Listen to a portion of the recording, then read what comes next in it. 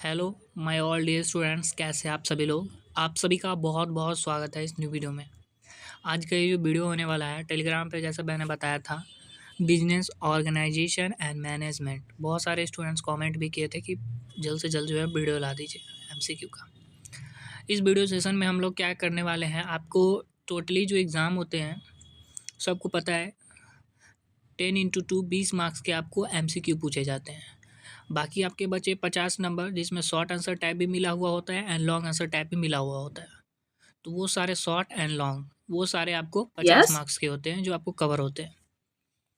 तो आपके 20 में 20 मार्क्स जो है ना, इस वीडियो को देखने के बाद पूरे पक्के हो जाएंगे, ठीक है। एंड क्वेश्चन आंसर भी यहाँ से लॉजिक समझ में आएगा कि कैसे उसका मतलब, जैसे business is arts and science both होते हैं, ठीक है। तो मान लीजिए व्हाट इज बिजनेस, इसके बारे में पूछ दिया तो आप एक्सप्लेन करना अच्छे से, थोड़ी थोड़ी पॉइंट भी आपको मिलती जाएगी, ठीक है। तो बिना देरी के साथ वीडियो को स्टार्ट करते हैं। एंड एमसीक्यू जो है ना बहुत इंपॉर्टेंट है, अच्छे से समझिए। भी कह रहा है व्यवसाय है, हिंदी में भी लिखा हुआ है इंग्लिश में भी लिखा हुआ है, जिसको जिसमें सहूलियत हो उसे समझ सकते हो। Art and science and both. तो हमारा जो होता है ना बिजनेस, वो बोथ होते हैं, ठीक है, आर्ट्स में एंड साइंस में। दिया हुआ है इनमें से कौन सी क्रिया है, which of this action is, यानी माल का क्रय विक्रय करना, मंदिर में पूजा करना या ग्राहकों के साथ धोखा करना, इसमें से मतलब क्रिया कौन है इसमें से। तो बाइंग सेलिंग नॉर्मल समझ सकते हो, मतलब मंदिर में आप पूजा करते हो, एक्शन कुछ क्रिया करते हो क्या, ग्राहक के साथ धोखा करते हो, सरसों के तेल में मिलावट करते हो, सब मतलब जब एक्शन क्या होगा, क्रिया कोई भी काम करते हो, माल का क्रय और विक्रय, ये हमारा राइट आंसर होगा। व्यवसाय में सफलता पाने के लिए क्या आवश्यक है, capital, efficient business organisation, tools, honesty. व्यवसाय में सफलता पाने के लिए आवश्यक हमारा आपको क्या है, इफिशिएंट बिजनेस ऑर्गेनाइजेशन। नेक्स्ट आगे बढ़ते हैं। व्यवसाय प्रेरणा देता है कुशलता, ठीक है, स्किल। व्यवसाय प्रेरणा जो है ना आपको स्किल्स देता है। सबसे व्यापक क्षेत्र है, वाइडेस्ट एरिया जो होती है हमारे व्यवसाय का होता है, ठीक है। व्यवसाय के अंतर्गत मानव की समस्त आर्थिक क्रियाएँ आती है। व्यवसाय के अंतर्गत हमारे मानव की जितने भी इकोनॉमिक एक्टिविटीज़ होते हैं, वो ह्यूमन बींग्स के, वो सारे इंक्लूडेड होते हैं किसके, बिजनेस के अंदर। व्यवसाय का उद्देश्य है, यानी लाभ सेवा उद्देश्य दोनों कमाना। देखो, दो बच्चे आउट मत होना। प्रॉफिट एंड सर्विस दोनों क्या करता है, प्रोवाइड करता है हमको क्या, बिजनेस का मेन ऑब्जेक्टिव होता है, उद्देश्य होता है। ओके, आगे चलो। आगे है व्यवसाय का उद्देश्य है सेवा करना, पुण्य कमाना, लाभ कमाना है, लाभ एवं दोनों सेवा। पहले के जैसे क्वेश्चन है, लाभ और बोथ, प्रॉफिट एंड सर्विस दोनों। इसका जो पेपर है समझ के आप अच्छे से दे सकते हो, ठीक है। एमसीक्यू जहाँ तक बात है वो यहाँ कवर हो रही है। अगर कमेंट आई तो आपको जो इम्पोर्टेंट क्वेश्चन है उससे बाहर कुछ आती ही नहीं है, ठीक है। पिछला भी वीडियो है वो आप देख सकते हो, तो अगर न्यूली चाहो तो आप, मैं डालूंगा ही, ठीक है। आगे हमारा business organisation system is, business organisation system जो होता है हमारा क्या है, खुली है, ओपन। व्यवसाय से आशय है, व्यवसाय से क्या आशय है, manufacturing goods, social service, buying and selling of goods, ये सारी सभी। आगे हमारा क्या है, देखते हैं। रेखा संगठन सबसे अधिक उपयुक्त है, मतलब लाइन ऑर्गेनाइजेशन जो होती है सबसे ज़्यादा हमारा स्मॉल इंटरप्राइजेस में यूज होता है। कहाँ, स्मॉल इंटरप्राइजेस में। एफ डब्ल्यू टेलर पिता है, एफ डब्ल्यू टेलर जो है ना किसके पिता है, फंक्शनल ऑर्गेनाइजेशन के, ठीक है। लाइन ऑर्गेनाइजेशन नहीं होगा, कमिटी ऑर्गेनाइजेशन नहीं होगा। सबसे अधिक मितव्ययी है, द मोस्ट इकोनॉमिकल इज, तो रेखा संगठन। लाइन ऑर्गेनाइजेशन ना मितव्ययी है। टेलर के अनुसार जो होता है, number of bosses in functional organisation, मतलब क्रियात्मक संगठन में अधिकारियों की संख्या होती है, टोटली 8 होते हैं। कितने होते हैं, 8, याद रखना। बॉस की संख्या जो होती है, नंबर ऑफ बॉस टेलर और फंक्शनल ऑर्गेनाइजेशन में 8। डेमोक्रेसी एग्जिस्ट, डेमोक्रेसी एग्जिस्ट होती है हमारी कमिटी ऑर्गेनाइजेशन में। फौजी प्रकार का प्रशासन पाया जाता है, military type of administration exist, तो हमारा लाइन ऑर्गेनाइजेशन, उसका राइट आंसर लाइन ऑर्गेनाइजेशन होगा। रेखा संगठन में आदेश, order in line organisation is, ऊपर से नीचे की तरफ, ऊपर से लेके नीचे की तरफ ऐसे रहता है, ओके। सर्वाधिक लोकप्रिय, dot dot dot dot is most popular, समिति यानी कमिटी ऑर्गेनाइजेशन। व्यापार प्रारंभ करने से पूर्व आवश्यक है प्लानिंग करना। ओके, सबसे पहला बात है हमारा, कोई भी चीज़ अगर आप प्रारंभ करते हो, व्यापार प्रारंभ करते हो, तो उससे पहले आप प्लानिंग करो। जिन व्यवसायों में जोखिम अधिक होता है उनमें लाभ की मात्रा होती है कम ज़्यादा, कम अधिक सामान्य कोई नहीं, मतलब मोड़। ठीक है, आंसर हमारा मोड़ होगा। पूंजी की आवश्यकता होती है, पूंजी की आवश्यकता स्थायी संपत्ति के लिए, चालू संपत्ति के लिए, कार्यशील पूंजी के लिए, इनमें से सभी। तो इनमें से सभी हमारा राइट आंसर होगा। ठीक है, व्यवसाय पर आवश्यक नियंत्रण एवं कार्य को सुचारू रूप से संचालित करने के लिए आवश्यक होती है टेलीफोन की, सस्तीकरण पद्धति की, कार्यालय की, मोटर कार की। इसका राइट आंसर जो होगा हमारा होगा कार्यालय की। निर्माणकारी उद्योग स्थापित करने के लिए जो स्थापित होनी चाहिए, एकाकी व्यापार, साझेदारी, संयुक्त स्कंध कंपनी, सहकारी व्यापार, हमारा ज्वाइंट स्टॉक कंपनी हमारा इसका राइट आंसर होगा। निम्न में से कौन सी व्यापार प्रारंभ करने से पूर्व की समस्या नहीं है? व्यक्तिगत रुचि की समस्या, अयोग्यता की समस्या, क्षेत्र की समस्या, पूंजी की समस्या। Right answer is problem of incompetence. एकाकी व्यापारी की सबसे बड़ी कठिनाई है। The biggest difficulty of A soul trader is छोटा आकार यानी स्मॉल साइज। ठीक है, एकाकी व्यापारी का दायित्व जो होता है हमारा वो सीमित होता है, व्यवसाय के साथ साथ उसकी निजी संपत्ति के भी मूल्य की सीमा तक।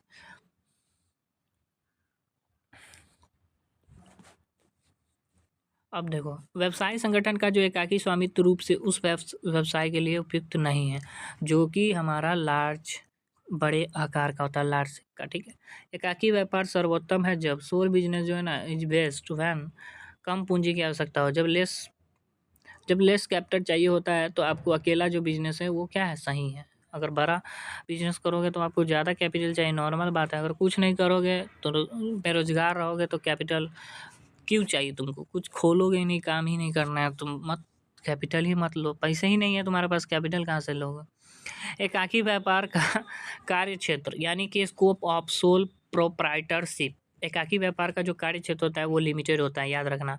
भारत में एकाकी व्यापार का जो भविष्य है वो कैसा है, ब्राइट है, डार्क है, या कोई फ्यूचर ही नहीं है? तो ब्राइट है।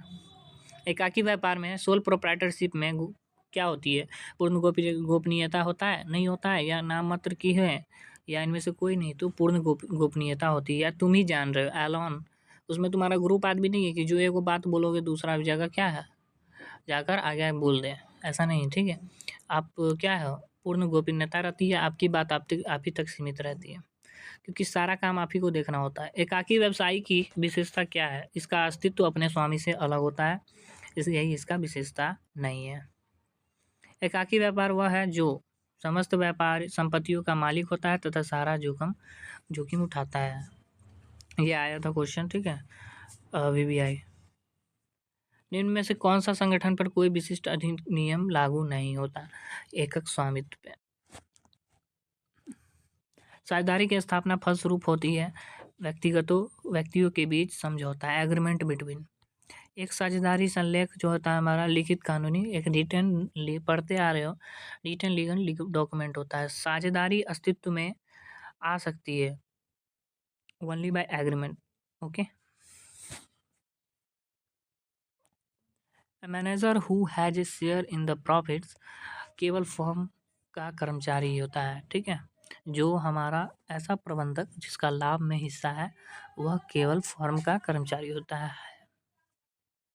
फर्म के ऋणों के संबंध में साझेदारों का दायित्व असीमित है। Right answer is B. Firm में साझेदारों का दायित्व है असीमित, okay, unlimited. A partner in है यानी कि एक फर्म में साझेदार अपना हिस्सा किसी बाहरी व्यक्ति को हस्तांतरित नहीं कर सकता है, can't transfer his share to any outsider. एक साझेदार जिसके फर्म से संबंध के बारे में जनता अपरिचित है, इसका राइट आंसर होगा गुप्त सीक्रेट साझेदार, सीक्रेट पार्टनर। साझेदारी संलेख के अभाव में के साझेदारों के अधिकार एवं कर्तव्य निर्धारित होते हैं, यानी कि साझेदारी अधिनियम के अनुसार। प्रेफरेंस शेयर होल्डर जो होते हैं उनको मत देने का अधिकार नहीं होता है, do not right to vote. Okay, एक सार्वजनिक कंपनी के अंशधारियों का दायित्व होता है अंशों के नाम मात्र के मूल्य तक। Right answer is B. संयुक्त पूंजी वाली कंपनी का सबसे जो महत्वपूर्ण लाभ है कि सदस्यों का दायित्व सीमित होता है, सदस्य अपने अंश आसानी से हस्तांतरित कर सकता है। Option number B. एक निजी कंपनी वह है जहाँ प्राइवेट कंपनी वह होता है जहाँ अंशों का हस्तांतरण पर जो है ना प्रतिबंध है। कंपनी कृत्रिम व्यक्ति कहलाती है क्योंकि कंपनी जो होता है हमारा एक आर्टिफिशियल पर्सन होता है क्योंकि इसका जो अस्तित्व है केवल कानूनी दृष्टि में ही है। Right answer C. शाकाहारी अब आ जाओ थोड़ी नंबरिंग पॉइंट पे। ये वीवीआई मान के चलो एक आ ही जाएगा।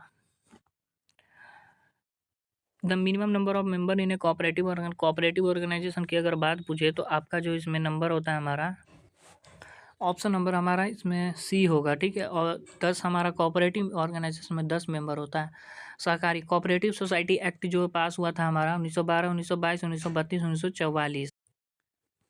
तो हमारा इसमें हमारा राइट आंसर होगा 1912, इसी में हुआ था। Maximum number of member in a cooperative society is 10, 20, 50, 10, 20, 50 या अनलिमिटेड। तो हमारा maximum number of cooperative society में जो मेंबर की संख्या होती है वो आपको अनलिमिटेड होती है। Registration of A cooperative society is आवश्यक, अनिवार्य, ऐच्छिक, अनावश्यक। कंपलसरी, ये हमारा कंपलसरी होता है रजिस्ट्रेशन करवाना कोऑपरेटिव सोसाइटी में। सहकारी समिति में सदस्यों का जो दायित्व होता है the liability of the member in a cooperative society is limited, unlimited, no liability, limited होता है। सहकारी समिति का प्राथमिक उद्देश्य है, इसका राइट आंसर होगा सर्विस, सेवा। सदस्यों को उचित मूल्य पर आवासीय स्थान उपलब्ध कराना डैश का उद्देश्य है। ऑप्शन नंबर हमारा स, आवास सहकारी समिति। ओके, आगे बढ़ो। उद्योगों का जो दोषपूर्ण स्थानीयकरण उत्पादन लागतों को डैश यानी कि बढ़ा देता है। स्थानीयकरण के महत्वपूर्ण कारण है important reason for localisation 9। Labour coefficient is the ratio of labour cost and localisation with, यानी कि श्रम गुणांक श्रम लागत तथा स्थानीयकरण भार का होता है, यानी कि रेशियो। स्थानीय कच्चे माल के प्रकार होते हैं type of local raw material are pure raw material, gross raw material, और दोनों यानी में से कोई नहीं। अब वेबर का सिद्धांत आलोचनात्मक दृष्टि से, वेबर थ्योरी जो होती है हमारे क्रिटिकल पॉइंट ऑफ व्यू से, ये हमारा क्या अब दोनों, यानी कि is more mathematical and is more complex, जटिल भी होती है एंड अधिक गोपनीय गणितीय भी होती है। Sorry, optimum size means such size which produce maximum production. Size of the representative form, यानी प्रतिनिधि फॉर्म का जो आकार होता है सदैव समान होता है। अनुकूलतम आकार dash, optimum size dash, optimum size हमारा टेम्पररी यानी अस्थायी होता है। प्रतिनिधि फॉर्म का जीवन होता है life of representative form is long, general, small, none of this, तो हमारा होता है लॉन्ग। ठीक है, प्रतिनिधि फॉर्म का प्रतिपादन किया है the representative form has rendered Robinson Marshall, यानी कि राइट आंसर हमारा रॉबिन्सन। मैनेजमेंट इज डैश अब यानी कि आर्ट साइंस दोनों। There is the need for management, सभी स्तरों के लिए, देखो lower level, highest level and medium level, सारे के लिए जो ना हमारा क्या है मैनेजमेंट जो है जरूरी है। थियो हेम्सन द कॉन्सेप्ट ऑफ मैनेजमेंट आर के अनुसार प्रबंध की जो अवधारणाएं हैं 3 है। हेनरी फेल के अनुसार प्रबंध प्रक्रिया के प्राथमिक कार्य है 4। आज के युग में प्रबंध है यानी मैंडेटरी, अनिवार्य। प्रबंध की सार्वभौमिक अवधारणा किनके द्वारा? फेल के द्वारा। इम्पोर्टेंट ऑफ मैनेजमेंट इज उद्योग, व्यापार, सेवा, सभी जगह मैनेजमेंट का उपयोग, सभी जगह मैनेज करने के लिए कोई भी चीज़ करनी है ठीक तरीके से, ढंग तरीके से, तो आप प्रबंध करके ही आगे बढ़ोगे, यानी सभी जगह। प्रबंध विकास है, मैनेजमेंट डेवलपमेंट इज लोगों का, यानी कि लोगों का क्या है विकास है। आगे the primary function of management are 7, 7 प्रबंध का सार है, प्रबंध का सार क्या है 7। देखो द एसेंस ऑफ मैनेजमेंट बोलेगा तो हमेशा याद रखना कोऑर्डिनेशन, कोऑर्डिनेशन, कोऑर्डिनेशन। नियोजन प्रबंध का कार्य है। Planning the function of management is primary. S W. Taylor का जन्म जो हुआ था अमेरिका में हुआ था। इंपॉर्टेंट क्वेश्चन पूछता है। हेनरी फ्यूल द्वारा प्रतिपादित प्रशासन के सिद्धांत है 14। वैज्ञानिक प्रबंध के पिता हैं। The father of scientific management is F W. Taylor. Elton Mayo का जन्म स्थान है। एल्टन मेयो का जन्म स्थान क्या है? ऑस्ट्रेलिया में। ओके।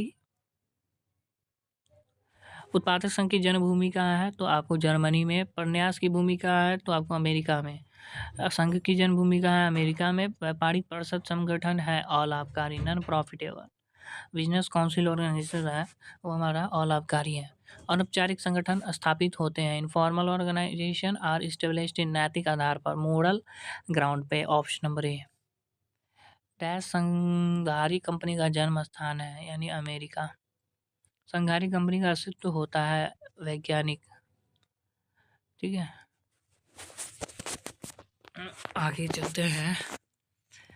क्या है? सम्मिश्रण का मूलभूत उद्देश्य होता है एकाधिकार यानी मोनोपोली। भारत सरकार की नीति है व्यावसायिक संयोजनों के विपक्ष में। संघों का अमेरिका में उदय हुआ था, यानी 1840 ईस्वी में।